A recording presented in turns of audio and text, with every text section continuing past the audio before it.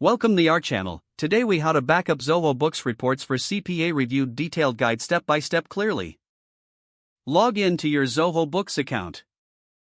Navigate to the reports section from the dashboard. Select the specific report you want to backup for CPA review.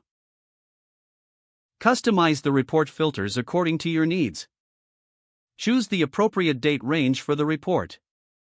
Click on the Run Report button to generate the updated data. Review the report output to ensure accuracy. Once satisfied, look for the Export option, typically found at the top right corner. Select your preferred file format, such as PDF or Excel. Click the Export button to download the report to your device. Repeat these steps for any additional reports needed for CPA review.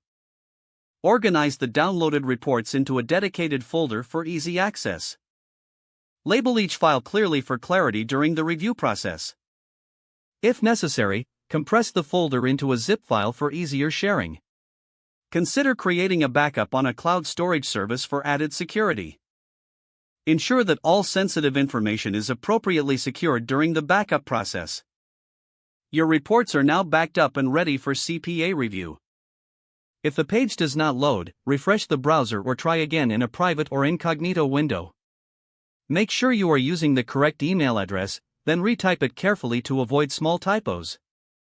If your password is not accepted, use the reset option and create a new strong password you can remember. Check your spam folder for verification or security emails, then complete any requested confirmation steps. Enable two-factor authentication if available to improve account security and reduce unauthorized access risk. After signing in, review your profile details so your contact information and settings are accurate and current.